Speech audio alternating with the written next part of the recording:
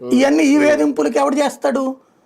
కాబట్టి అయినా సరే ముందు మా మానసిక సంతృప్తి ఇప్పుడు ఎట్లా ఉందంటే నాకు 1990లే గుర్తుకొస్తున్నాయి ప్రతిరోజు కూడా.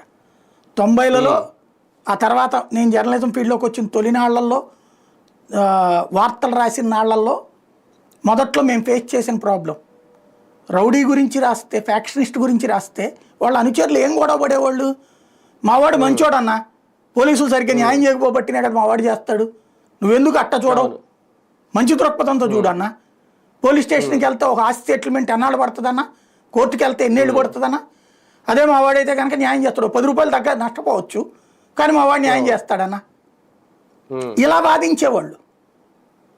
కాబట్టి వాళ్ళని సమర్థించనేవాళ్ళు.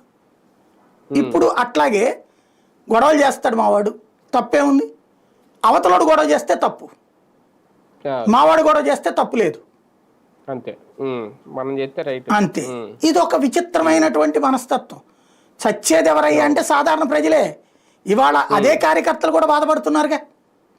ఇవాళ for example YSR Congress party కార్యకర్తల మీద కేసులు పెట్టారు, కింద సార్ తెలుగుదేశం వాళ్ళ మీద పెట్టారు కదా వాళ్ళు, పెట్టారు కదా వాళ్ళు.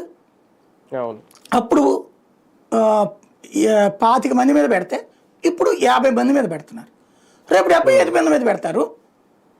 ఏమవుతుంది దీనివల్ల?